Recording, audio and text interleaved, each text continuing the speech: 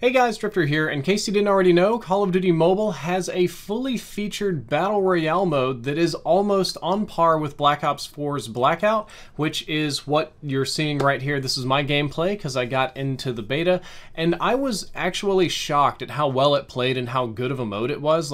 Also kind of shocked at how well it works on mobile. You'll see my gameplay of it today, but as a heads up, it's going to be very, very laggy. I am playing on a VPN in Bangalore, India, which is the only place it's available, so my ping is miserable. It's running through a VPN, and since there's 100 players on the server, that just adds more difficulty. So the lag in this will be much more noticeable than the lag that you may have seen in my previous multiplayer videos.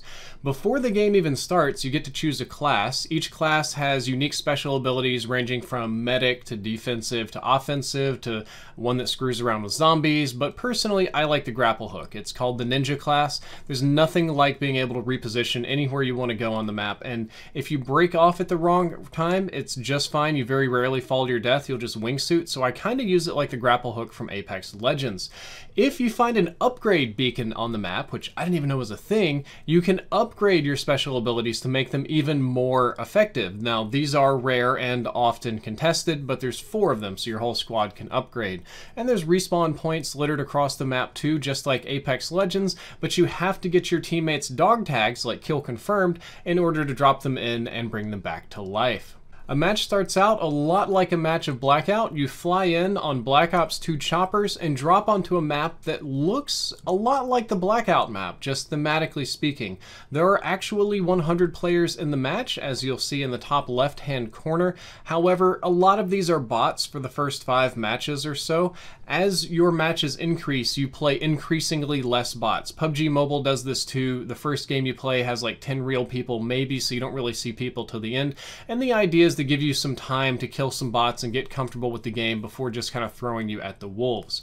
You get a redeployable wingsuit, just like Blackout has. You can fly really far with it. You can jump off buildings and do things with it. And it seems to be much more forgiving than the Blackout one because there's no button to activate it. There's no hold down anything when you jump. It just kind of automatically deploys as soon as you jump off, which is very, very nice. Like Apex Legends, you can choose to drop solo, or you can drop in formation with your squad. Seeing as how I'm playing with randoms that are almost always blasting music or something horribly loud or Indian through their microphones, I mute people and I just drop in formation and kind of stick with my team, and I'm a silent partner. And just like Blackout, as soon as you land, it's a mad rush to find a weapon. You don't want to be caught out without a weapon because you're going to die almost immediately. It's going to suck. You're going to say it's the worst game ever. But thankfully, there are plenty of weapons around. It's not very stingy on weapons. You'll get some in houses. I usually go for the houses, but there's also big green crates, usually outside of the houses, which are more exposed, which I tend not to go for at first so I don't get shot in the back. There's red crates, which tend to give you health or armor items. There's zombies mystery boxes and supply drops that fly over and drop on the map.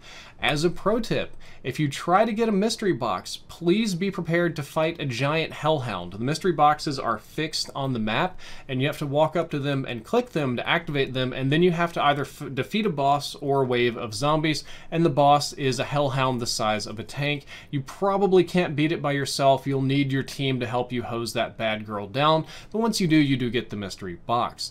Looting in this game is a lot like PUBG Mobile, a lot like PUBG Mobile. It might be borrowed from PUBG Mobile since it's the same developer, and that most of it is automatic. When you first run over a weapon and you've got nothing, you're going to pick up any weapon. It's going to be loaded. Every attachment and ammo is good to go. No awkward animations or anything.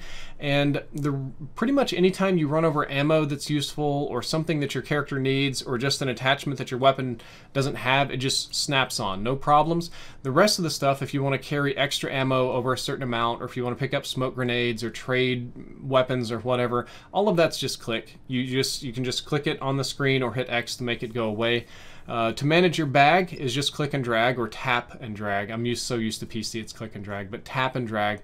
And there is a hot swap menu for your weapons, and there's a hot swap menu for your grenades and for your meds. They're just kind of like tap and tap. You tap and the menu pops up, you tap what you want, and then you're back in the game with all that you need very, very quickly. And I found it overall very easy to loot in this game, despite the lag, of which there was plenty.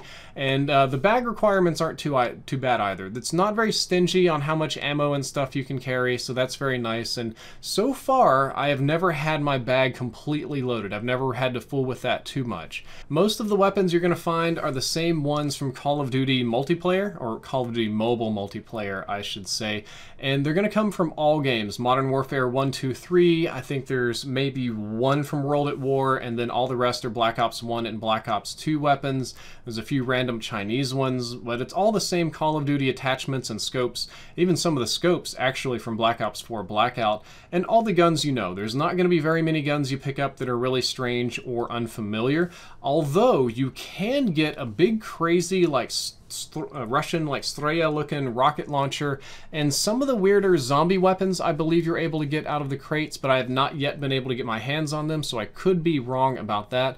And armor goes from level 1 to 3, just like Blackout, and you do not get level 3 armor unless it's from a special crate.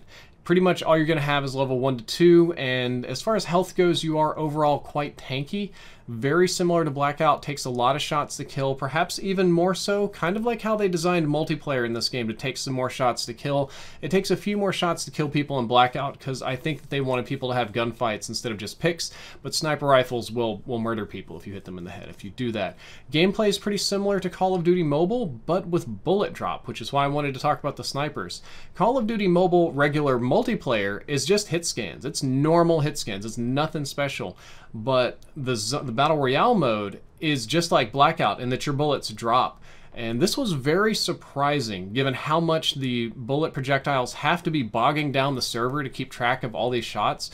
Like, multiplayer is just hit scans, but Blackout has drop, travel time, mil dot leading, all that other sort of stuff you have to screw with. And I'm impressed. So, like, bravo to Tencent for implementing a system that's so complicated I would never touch it. I just would have used hit scans. But snipers are more useful. Like, regular multiplayer is a lot of small maps. You don't really get an opportunity to snipe people except maybe Crossfire. And Blackout, they're significantly more useful if you can spot people. We're going to talk about that in a little bit. But yeah, you can put people to bed in one shot sometimes. Oh, and the shotguns are actually ridiculous up close. And in this mode, they put you to bed very, very quickly and tuck you in so that you don't get back out. Shotguns are nasty, but I tend not to prefer them because, like most Call of Duty shotguns, they have very finite range. I'm more of a 1 AR, 1 SMG kind of player, probably like a 2x to 4x on my AR. There are special abilities, which I showed you earlier. As of so far me playing it, they've been used infrequently. I think a lot of players don't know that they're there, but that will probably change when the full game comes out. There's vehicles too, helicopters, ATVs, cars, trucks, all sorts of stuff you can drive around, and they drive and control just like PUBG mobile vehicles, so no big surprise there. But if you don't like how PUBG mobile vehicles handle, there's 3 alternative control schemes, and they're basically all Blackout vehicles. They're basically shamelessly borrowed from Blackout, and I will say that they don't hurt your game performance. It surprised me that flying a helicopter around the map as fast as I can didn't even drop the frame rate, and it didn't do too much to the draw distance. It made some of the building polys disappear, so I saw more like a flat map of them, but it really didn't tank the game like I was expecting it to. Let's talk about graphics though. Graphics are slightly worse in Battle Royale than they are in regular multiplayer, just like, you know, regular Call of Duty. The game tries to hold down a steady 60 FPS, but sometimes it will dip down to about 45 FPS if everything gets crazy. And maybe that's just my phone, maybe that's because I'm in beta, maybe it's because I'm running 3 other different softwares to capture the game, and a lot of stuff, but it's not as pretty as regular multiplayer. Some of that may also be psychological, because in Blackout I'm looking really, really far away and I'm trying to find tiny little dots at very long ranges. And even though I'm playing on a 1080p phone, they're just very physically small on mobile and hard to see, and there's some kind of, let's say, questionable anti-aliasing that doesn't help. So spotting's a little challenging. I don't think the audio is very well done. So PUBG Mobile has fantastic audio. I can just sound whore really, really easily, and you have the bullet markers on the map. This game, the audio is a little bit more wonky. You pretty much never hear footsteps, but you do hear the gunshots. It's difficult to locate them, but they have the same kind of bullet markers on them on your minimap, which help a lot to point you in the right direction, but they are by no means perfect. Probably the audio is the weakest part of this game. Ironic, because that's the weakest part of regular Blackout as well. And the map is super interesting because it's a Modern Warfare and Black Ops map. For a Call of Duty fan, this is like visually stunning. It's like Fangirl City. It is absolutely crazy to see Modern Warfare locations and Blackout locations side by side. You can literally walk from standoff, Blackout standoff with no borders, over to Pripyat in the Ukraine, and then take a car on over to like Nuketown or something crazy, or Raid or something like that. There's a lot of new locations that I've never seen before that I don't know anything about. There's a lot of old ones. And the theme is a little bit less colorful than multiplayer, and even the Treyarch maps have been drabbed down a little bit. I'm not sure why all these military battle royale games like the drab colors, but it's not too bright or punchy. But there is a lot of combat variety. There's mountains, there's hills, there's trees, there's water, there's Nuketown, there's a military base, there's zombie boxes, big and small, maps old and new, grapple hooks to get around to weird spots, corner campers, people sitting in buildings, noobs everywhere. It's exactly what you expect out of Call of Duty Battle Royale, and overall it's a great Battle Royale on your phone. This game obviously would not compete with console games, it would not compete with PC games, but I am very impressed at how it runs on mobile, and I'm hoping that with some improvements and some polish that it turns out to be a fantastic full release. And when it does fully release, I think you should check it out. I think a lot of you will be surprised. So guys, I hope you enjoyed this video. I hope you learned something useful. If you did, don't forget to like, favorite, and subscribe. Drifter out.